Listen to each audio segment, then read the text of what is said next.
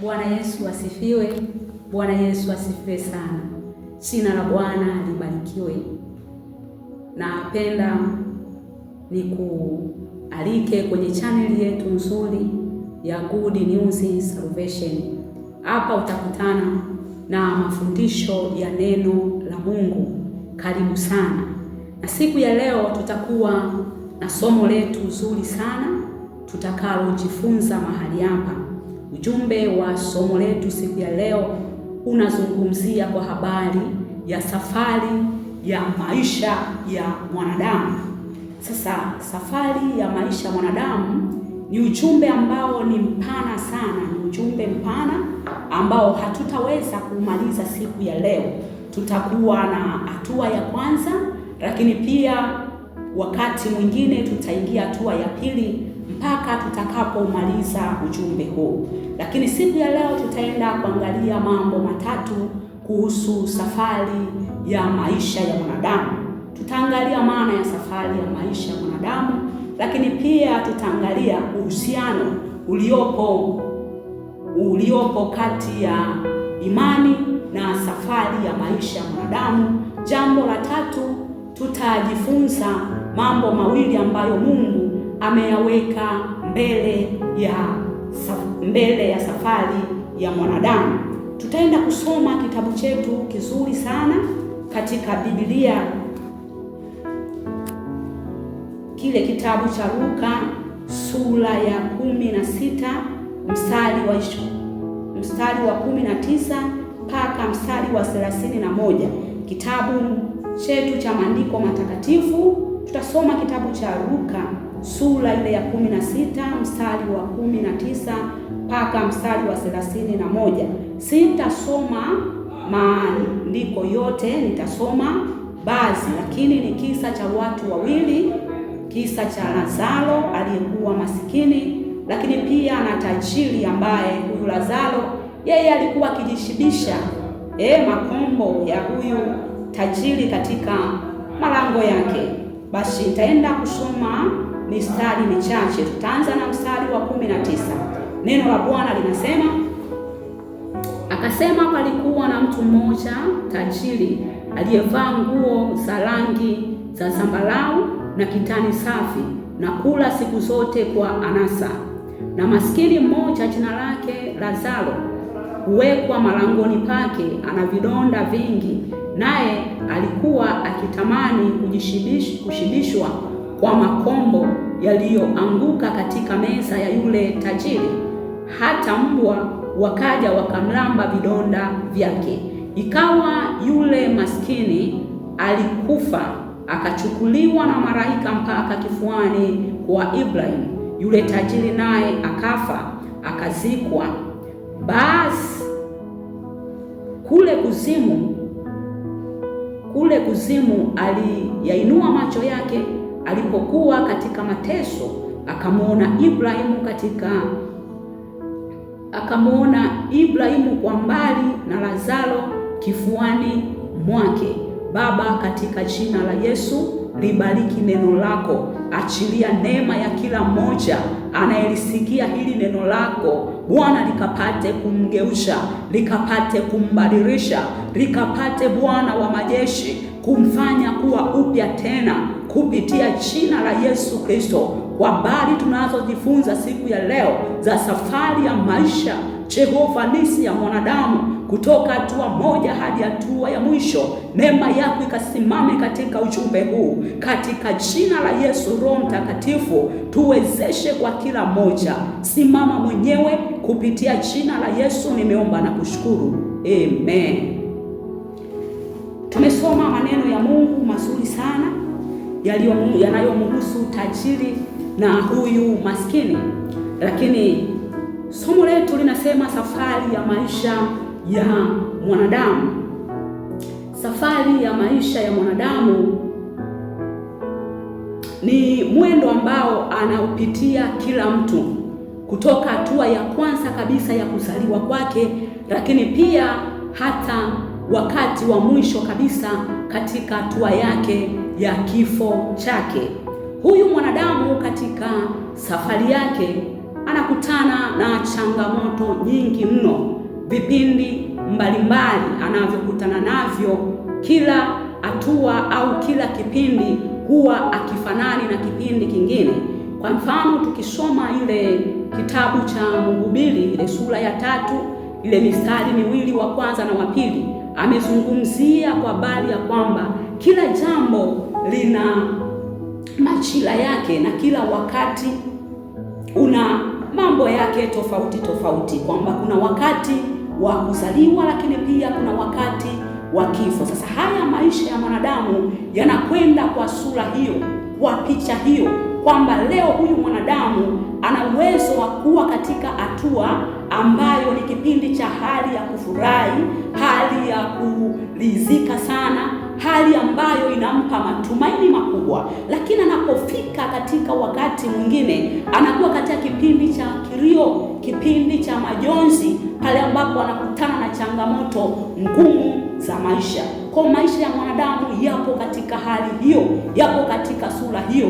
Kuna wakati anapanda milima na kuna wakati anashuka mabonde, lakini cha msingi sana ambacho huyu mwanadamu anapaswa akijue katika haya maisha alionayo, jambo la muhimu ambalo anapaswa mwanadamu alijue ni kwamba safari alionayo yeye ni safari ambayo ni ya umilele, aishi hapa duniani, kwamba wakati wa kufa kwake basi anaweza akaishia hapa duniani, kama ilivyo juu ya mafundisho mengine kwamba wanadai mwanadamu akifa basi maisha yake yanaishia hapo. Lakini neno la Mungu ambalo tumelisoma siku ya leo linatuonyesha kwamba kumbe baada ya kifo kuna maisha mengine. Kwa huyu mwanadamu inampaswa ajue kwamba hata anapopita katika raha, anapopita katika matatizo, bado ajue kwamba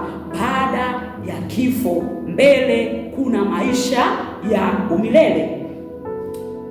Hayo ndiyo maisha ambayo mwanadamu anapaswa ayajue. Lakini sasa ni namna gani tunaweza kuona imani na safari ya maisha ya mwanadamu kikawa ni kitu kimoja?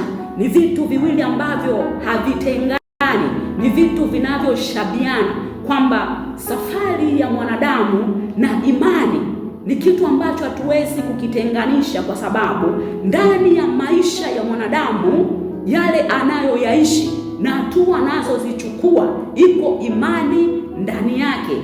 Kwa sababu gani? Tunapozungumza kwamba maisha ya mwanadamu si maisha ya kuishia duniani, ni maisha ya umilele, yanategemeana na uhusiano wa huyu mwanadamu na Mungu. Kwa mwanadamu anapokuwa na uhusiano na Mungu, hawezi kuwa na uhusiana na Mungu pasipo imani, kwa sababu Mungu tuliye naye ni Mungu ambaye haonekani kwa macho ya damu na nyama. Tunampata kwa njia ya imani.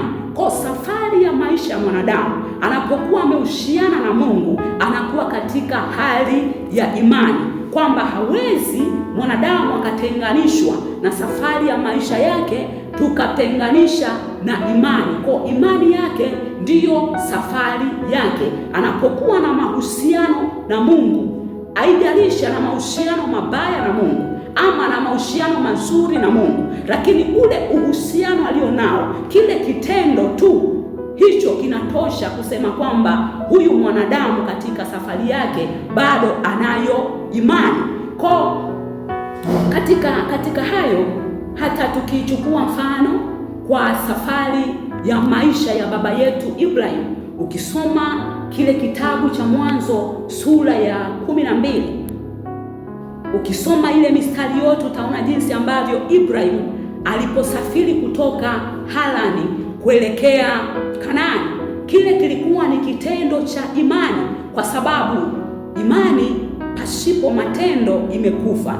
Na tukiangalia ile Waebrania sura ya 11 mstari wa kwanza, kwamba imani ni hakika ya mambo yatarajiwayo, lakini ni mabayana ya mambo yasiyoonekana. Sasa huyu baba yetu Ibrahim alichukua kitendo cha imani cha kuamini tu vile alivyoambiwa na Mungu aende katika nchi ya Kanaani, na tukiangalia nchi ya Kanaani ni nchi ambayo alikuwa hajawahi kuijua, hajawahi kuifikia. Kwa kilikuwa ni kitendo cha imani kwamba ile kule kuchukua hatua ya kuondoka, tayari huyu Ibrahimu alichukua imani, kwa sababu asingeweza kuondoka, tusingeweza kusema alikuwa na imani, kwa sababu imani pasipo matendo haiwezi kawa imani.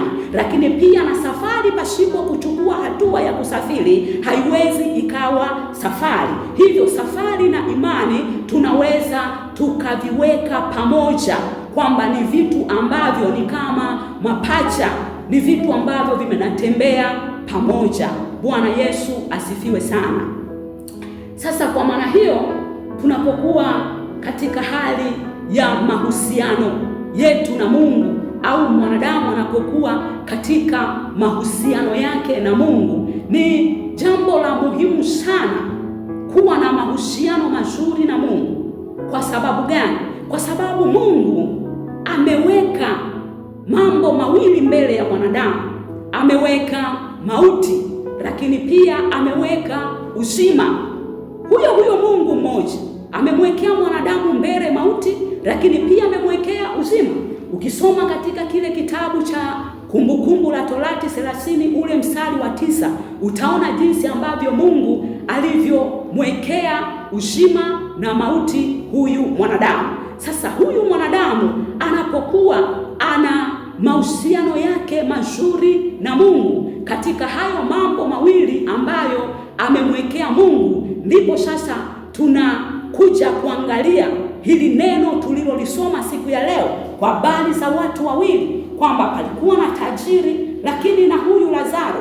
Biblia imesema ya kwamba Lazaro yeye alipokufa, katika maisha yake alipofikia hatua ya kifo, Biblia inasema alipokelewa kifuani pa Ibrahimu.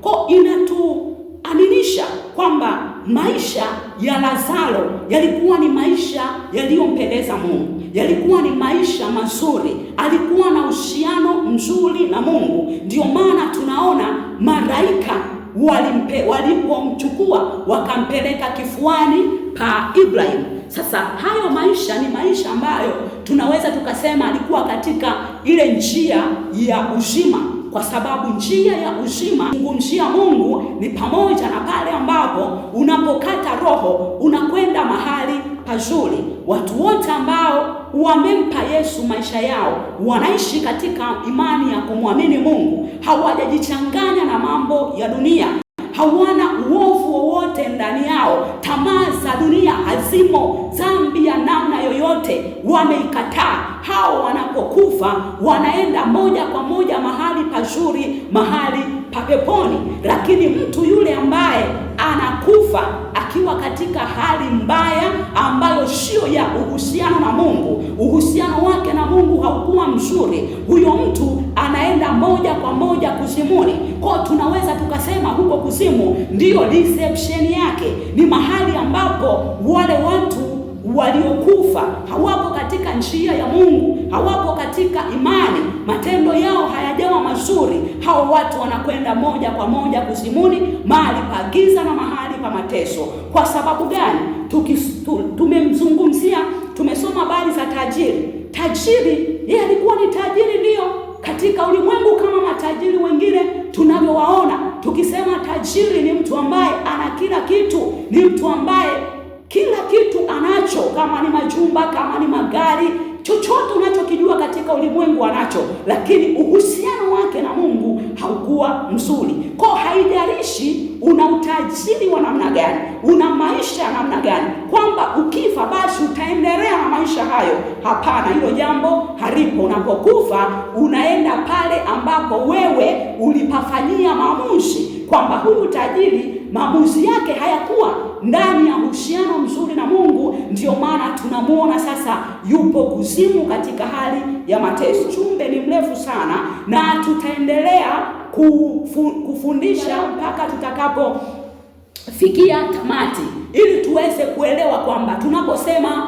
tunaposema mtu anaenda peponi ni anaenda kwa namna gani? Na tunaposema anaenda kuzimu, je, hapo kuzimu ndipo atakapokuwa milele au peponi ndipo atakapokuwa milele? Kwa kadri tunavyoendelea kujifunza ujumbe huu, tutajifunza mambo mengi sana, lakini pia kwa hatua ya pili tutakayoiendea, tutajifunza hatua za maisha ya mwanadamu, kwamba hatua za maisha ya mwanadamu yanaanzia wapi na yanaishia wapi. Kwa tutakwenda hatua hadi hatua. Cha msingi siku ya leo ni kukumbushe mtazamaji wangu ni kwamba tu ujue fika kwamba unapokuwa katika maisha haya ya mwili huu tulionao hapa duniani, ujue jambo la msingi kabisa kwamba maisha yako hayaishi hapa duniani, ni maisha ya umilele. Kwa unapokufa kuna mahali utakwenda, kama tulivyomsoma mtumishi wa Mungu Lazaro, lakini tulivyomsoma huyu tajiri. Kwa ni kuombe mtu wa Mungu, ni wewe mwenyewe sasa kuchukua maamuzi yako kwamba unasemaje juu ya uhusiano wako na Mungu, ukae vizuri na Mungu au ukae vibaya na Mungu. Uamuzi upo kwako leo, katika maisha unayopitia, katika maisha unayoyajua, katika maisha unayokwenda nayo. Uamuzi leo upo kwako.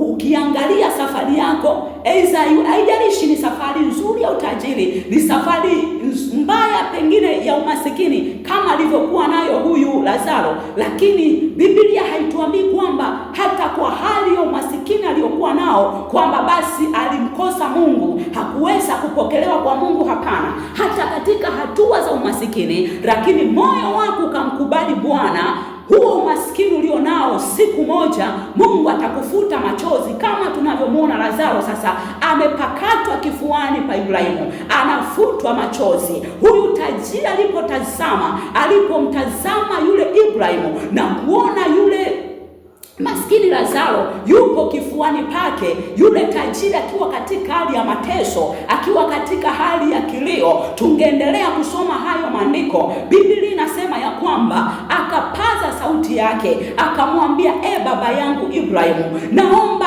hata tone moja la maji umtume Lazaro alidondoshe katika koo langu, kiasi cha kwamba alikuwa katika maisha ya mateso, katika hali ngumu, katika hali ya keo. Kwa uamuzi na uchaguzi wake, naweza nikasema haukuwa uchaguzi ulio sahihi. Wewe unayenisikiliza siku ya leo, je, uamuzi wako juu ya mahusiano yako na Mungu ni uamuzi wa namna gani? Ni uamuzi upi ulio nao? Ibrahimu akamwambia, hapana, kuna shimo limetutenganisha, mlioko huko na tulioko huku.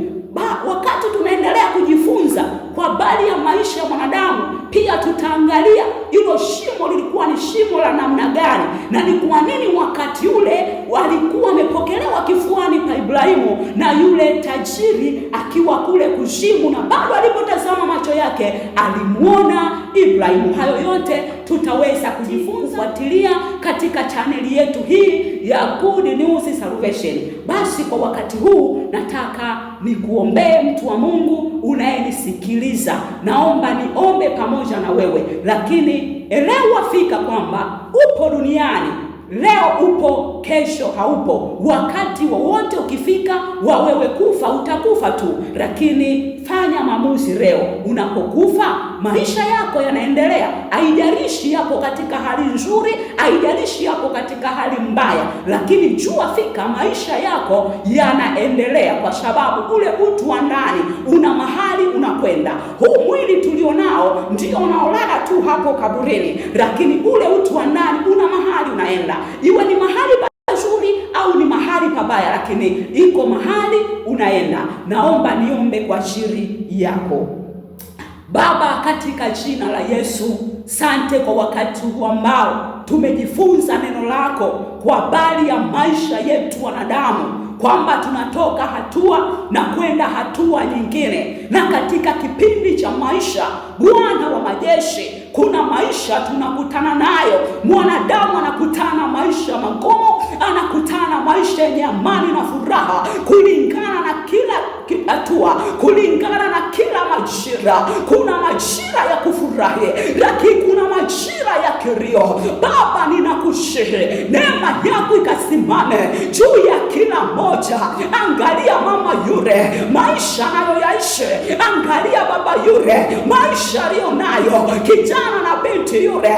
Simama Bwana wa majeshi, ukawasaidie, ukawape neema ya kuwa na maamuzi yaliyo sahihi juu ya uhusiano wako Mungu na kila mwanadamu uliyemuumba chini ya jua. Neema yako ikasimame, maana unapenda Jehova kuona uhusiano wa mwanadamu na wewe Mungu ni mzuri, kwa sababu hata tumeona jinsi ambavyo Lazaro uhusiano wake ulipokuwa mzuri. Tunaona malaika walimpeleka katika kifua cha Ibrahimu, akawa Bwana majeshi na furaha, wala hata yale vidonda mwilini mwake, yale machozi hayakuwepo tena, lakini imekuwa ni huzuni na kilio kikubwa juu ya yule tajiri ambaye alitegemewa hata Bwana majeshi Jehova Nishi, na Lazaro akana miguuni pake.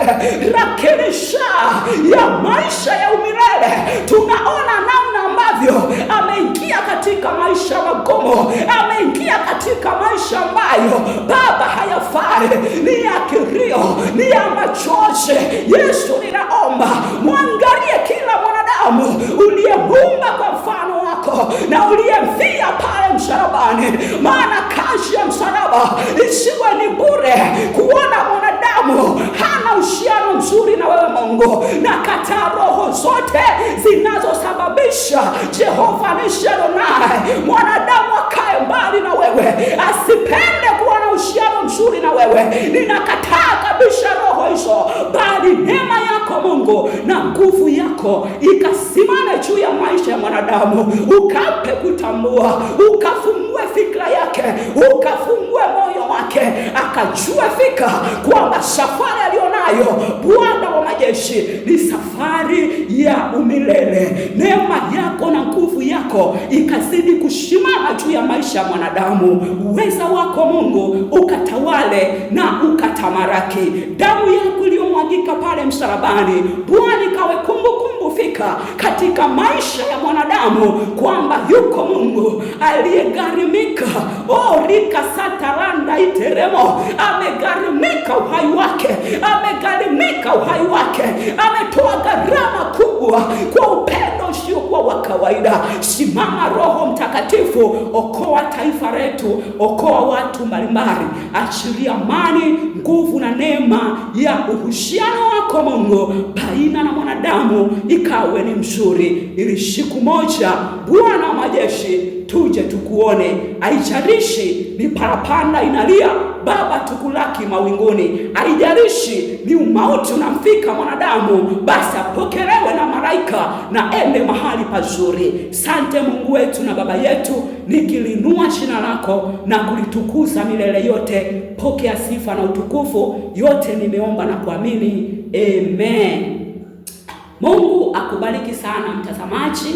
Bado tunaendelea na somo hili. Tumefanya hatua ya kwanza, lakini tutaendelea na hatua ya pili. Ni maombi yangu na samira yangu kuona mwanadamu hasa unakuwa na uhusiano mzuri na Mungu. Tengeneza mahusiano yako na Mungu vizuri, kwa sababu huwezi kuijua kesho yako. Mungu akubariki. Usisahau sana kuendelea kuitazama katika channel yetu ya Good News Salvation. Mungu akubariki. Neema ya Bwana ishiri kuwa juu yako, katika jina la Baba na la Mwana na la Roho Mtakatifu, amen.